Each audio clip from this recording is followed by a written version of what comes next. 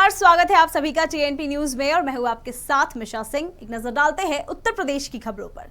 CM योगी 2 दिवसीय दौरे पर गोरखपुर में हैं, जहां उन्होंने बीआरडी मेडिकल कॉलेज से प्रदेश व्यापी विशेष संचारी रोग नियंत्रण और दस्तक अभियान का शुभारंभ किया। साथ ही जनसभा को संबोधित करते हुए कहा, गोरखपुर ने इंसेफेलाइटिस से लंबी लड़ाई लड़ी है, जिसके कारण प्रदेश में दिमागी बुखार से होने वाले मौतों पर 95% तक नियंत्रण पा लिया गया है और ये सामूहिक प्रयासों का परिणाम है, जिस पर नियंत्रण पाने में समाज के हर एक तबके ने अपनी जिम्मेदारी निभाई है। अब हमें बची 5% बीमारी पर भी नियंत्रण पाकर इंसेफेलाइटिस का पूर्ण उन्मूलन करना है। मुख्यमंत्री योगी आदित्यनाथ गोरखपुर के 2 दिवसीय दौरे पर है, जहां उन्होंने हिंदू सेवा आश्रम में फरियादियों की समस्याएं सुनी और अधिकारियों को कड़े निर्देश दिए। साथ ही कहा कि सभी की समस्याओं का जल्द से जल्द निवारण किया जाए। अगर अधिकारी अच्छे काम करेंगे तो यहां भीड़ कम लगेगी। बता दें कि मानसून के आते ही सीएम योगी शहर में विकास कार्यों की समीक्षा के साथ साथ जल भराव की स्थिति जांचने के लिए पहुंचे हैं। उत्तर प्रदेश के देवरिया में जिंदगी और मौत से जूझ रहे मानस श्रीवास्तव की जिंदगी बचाने के लिए मुख्यमंत्री योगी आदित्यनाथ ने हाथ बढ़ाया है। बता दें कि सोशल मीडिया पर खबर वायरल होने के बाद सीएम योगी ने इस मामले पर संज्ञान लिया और मदद का हाथ मानस की ओर बढ़ाया और तुरंत उसके लिए 5 लाख रुपए की सहायता राशि उपलब्ध कराई, जिसके बाद उसे चेन्नई के अपोलो अस्पताल में भर्ती करा दिया गया है। सपा संरक्षक मुलायम सिंह यादव के समधी और बीजेपी नेता पूर्व विधायक हरिओम यादव ने रामपुर और आजमगढ़ लोकसभा उपचुनाव में समाजवादी पार्टी की हार पर प्रतिक्रिया देते हुए कहा है कि प्रोफेसर राम गोपाल यादव की वजह से अब 2024 के लोकसभा चुनाव में समाजवादी पार्टी की एक भी सीट नहीं आएगी। साथ ही हरिओम यादव ने कहा कि हमने 6 महीने पहले ही कह दिया था कि अखिलेश यादव और सैफई का एक शकुनी प्रोफेसर पार्टी को खत्म कर देंगे। यूपी विधानसभा चुनाव में हार के बाद से अखिलेश यादव की मुश्किलें कम होने का नाम नहीं ले रही है। बता दें कि योगी सरकार में राज्य मंत्री दयाशंकर मिश्रा ने प्रतिक्रिया देते हुए सपा प्रमुख अखिलेश यादव पर निशाना साधा है और कहा कि मुलायम सिंह यादव ने तिनका जोड़कर पार्टी को खड़ा किया। अखिलेश यादव की नादानी से पार्टी टूट रही है, जिसकी वजह से उनके पुराने लोगों को पीड़ा हो रही है। अखिलेश के काम बता रहे हैं कि पार्टी में उनको कोई दिलचस्पी नहीं है। ट्विटर से पार्टी चलाना है तो वह ट्वीट करते रहे, पार्टी ऐसे खत्म होती रहेगी। आजमगढ़ लोकसभा उपचुनाव में जीत हासिल करने के बाद बीजेपी के नवनिर्वाचित सांसद दिनेश लाल यादव निरहुआ स्वागत समारोह में आजमगढ़ पहुंचे। वहां उन्होंने अपने लोकसभा आजमगढ़ की कई समस्याओं को सुनी, जिसकी सूची भी बनाई जिन पर उन्हें काम करना है। साथ ही इस मौके पर निरहुआ ने आजमगढ़ लोकसभा की सभी समस्याओं पर काम करने का भरोसा दिलाया। कन्नौज से बीजेपी सांसद सुब्रत पाठक ने औरैया के बिधुना में दुर्गा मंदिर में विधि विधान से पूजा अर्चना की और सुभाषपा प्रमुख ओपी राजभर के बयान को लेकर सपा मुखिया अखिलेश यादव पर निशाना साधा। उन्होंने कहा कि ओपी राजभर को अपनी तुलना अखिलेश यादव से नहीं करनी चाहिए, क्योंकि ओपी राजभर अपने संघर्ष और मेहनत से यहां तक पहुंचे हैं, जबकि अखिलेश अपने पिता की विरासत के कारण यहां तक आए हैं। रायबरेली में मनमानी करने पर जिला अस्पताल की सीएमएस के खिलाफ कार्रवाई हुई है। बता दें कि सीएमएस के खिलाफ काफी समय से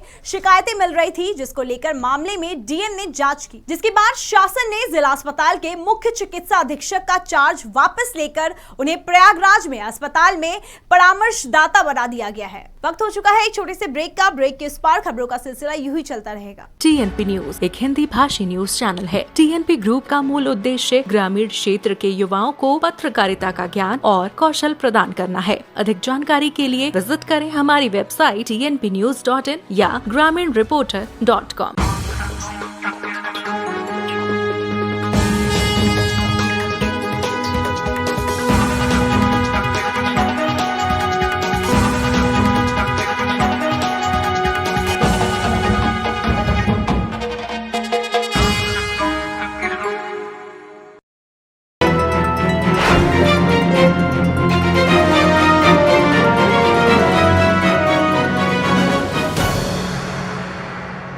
स्वागत है आप सभी का। ब्रेक के बाद नजर डालते हैं आगे की खबरों पर।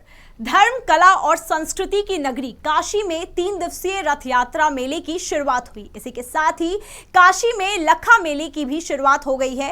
मंदिर के पुजारी ने बताया कि रात लगभग 3 बजे भगवान अपने भाई बहन के साथ रथ पर सवार हुए थे, जिसके बाद भोर की मंगला आरती के बाद भगवान के दर्शन पूजन के लिए उनके पट खोल दिए गए हैं। और हमारी कामना है कि हमें पूरे परिवार को शांति मिले, भगवान को ऐसे ही निश्चिंत दर्शन अपने आत्मा से करती रहूं।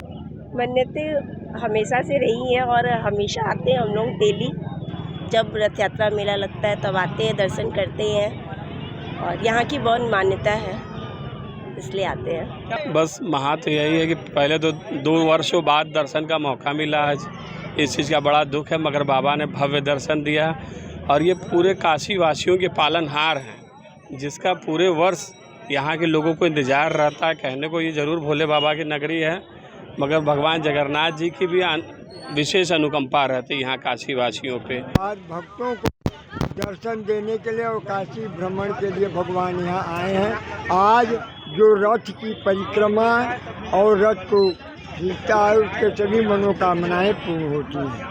बरेली में रोटरी क्लब ने कन्याश्री योजना के तहत छात्राओं को साइकिल बांटी गई। इस दौरान बीजेपी के राज्य मंत्री डॉक्टर अरुण कुमार, कैंट विधायक सजीव अग्रवाल सहित कई प्रशासनिक अधिकारी मौजूद रहे। बता दें कि कार्यक्रम के दौरान कन्याश्री योजना के तहत जिले में 200 से अधिक साइकिलों को मेधावी छात्राओं में वितरण किया गया। औरैया जिले के सदर कोतवाली में बकरी को बचाने के चक्कर में 2 युवक कुएं में उतर गए। कुएं में जहरीली गैस होने के कारण उसी में बेहोश हो गए। मामले की जानकारी मिलते ही पुलिस मौके पर पहुंची और घटनास्थल का निरीक्षण करते हुए फायर ब्रिगेड के कर्मियों को मामले की जानकारी दी, जिसके बाद रेस्क्यू कर कड़ी मशक्कत के बाद युवकों को सकुशल बाहर निकाला गया और इलाज के लिए अस्पताल में भर्ती कराया गया। बकरी कुएं में गिर गई थी, तो घर के 2 युवक उस बकरी को बचाने हेतु कुएं में गिर गए और दोनों की स्थिति खराब हो गई, क्योंकि कुआं गहरा था, 80 फीट गहरा कुआं था और उसमें गैस भी थी, जिसकी वजह से उसमें बेहोश भी हो गए थे। सूचना मिलते ही पुलिस टीम और फायर ब्रिगेड की टीम को तत्काल रवाना किया गया और उन दोनों को सकुशल रेस्क्यू किया गया है और इलाज हेतु अस्पताल भेजा गया है। रायबरेली पुलिस को एक बड़ी सफलता हाथ लगी है। बता दें कि पुलिस अधिकारी के दिशा निर्देशन में सर्विलांस टीम ने गुम हुए 101 मोबाइल बरामद किए और बरामद मोबाइल उनके मालिकों को सौंप दिया, जिसके बाद लोगों की खुशी से चेहरे खिल उठे। बता दें कि बरामद मोबाइल की कीमत लगभग 10 लाख रुपए तक है। मेरा फ़ोन जो एग्जैक्टली 2 महीने पहले खोया था 29 अप्रैल को, और हमने 30 अप्रैल को यहाँ पे कंप्लेन लिखवाई थी। और ये महिला डेस्क करके कुछ ऐप है इनका, तो उस पर कंप्लेन रजिस्टर करवाई थी। और उसके बाद अभी 2-4 दिन पहले कॉल गई थी मेरे पास कि आपका फ़ोन का क्या नंबर है, EMI नंबर, और फिर कल कॉल गई कि आपका फ़ोन यहाँ पर ऐसा है और मिल गया, आप आके ले लीजिए। उनको तलाश करने का वो काम करते हैं। उन्होंने बड़ी मुश्किल से करीब 101 फ़ोन, स्मार्टफोन्स, जिनकी कीमत तकरीबन 10 लाख रुपए से ज़्यादा है, उसको उन्होंने आज बरामद करने में सफलता प्राप्त की, जिसके बारे में आज ये प्रेस कॉन्फ्रेंस की जा रही है।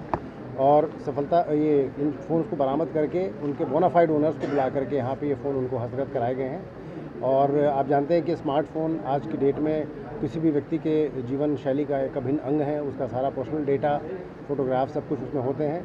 तो जिन लोगों के भी फ़ोन खो जाते हैं वो इस वजह से बहुत परेशान हो जाते हैं। आज उनमें से बहुत लोगों ने पुलिस विभाग को धन्यवाद कहा जब उनका फ़ोन उनको वापस मिला है। फर्रुखाबाद के नवाबगंज थाना क्षेत्र के एक प्राइमरी स्कूल के शिक्षा मित्र का वीडियो इन दिनों चर्चा में बना हुआ है। मास्टर जी वीडियो में आराम नहीं बल्कि चैन की नींद ले रहे हैं। वहीं ग्रामीणों का कहना है कि बच्चों को स्कूल में रोजाना सिर्फ तहरी ही दी जाती, स्कूल में पढ़ाई नहीं होती, बच्चे पढ़ने जाते हैं लेकिन सहायक मास्टर जी चैन की नींद लेते हैं। ऐसे में बच्चों का भविष्य खराब हो रहा है। साथ ही गांव वालों का कहना है कि शिक्षा विभाग स्कूलों का समय से निरीक्षण नहीं करता है, जिस कारण स्कूल प्रशासन लापरवाही दिखा रहा है। शाहजहांपुर के कटरा थाना क्षेत्र में पुरानी रंजिश को लेकर दबंगों ने डांस पार्टी में जमकर गोलियां बरसाई। बता दें कि बेटा होने की खुशी में गांव में दावत और डांस पार्टी चल रही थी, तभी अचानक तमंचा और बंदूकों से लैस आधा दर्जन दबंग हथियार लहराते हुए ग्रामीणों पर फायरिंग करने लगे, जिसके कारण पार्टी में भगदड़ मच गई। मामले की सूचना मिलते ही पुलिस मौके पर पहुंची और घायलों को अस्पताल भेजकर आरोपियों की तलाश शुरू कर दी। रायबरेली के मिल एरिया थाना में एक चलती हुई बाइक अचानक धू धू कर जलने लगी। बाइक सवार जब तक कुछ समझ पाते, आग ने बाइक को पूरी तरह चपेट में ले लिया। बता दें कि बाइक पर युवक और उसकी बहन और गोद में एक मासूम बच्चा था। किसी तरह महिला और युवक ने कूदकर अपनी जान बचाई और मामले की जानकारी पुलिस को दी। देश और विदेश की तमाम खबरें देखने के लिए बने रहिए टीएनपी न्यूज के साथ और हमारे चैनल को लाइक, कमेंट, सब्सक्राइब जरूर करें और ताजा अपडेट्स के लिए www.tnpnews.in पर जाएं।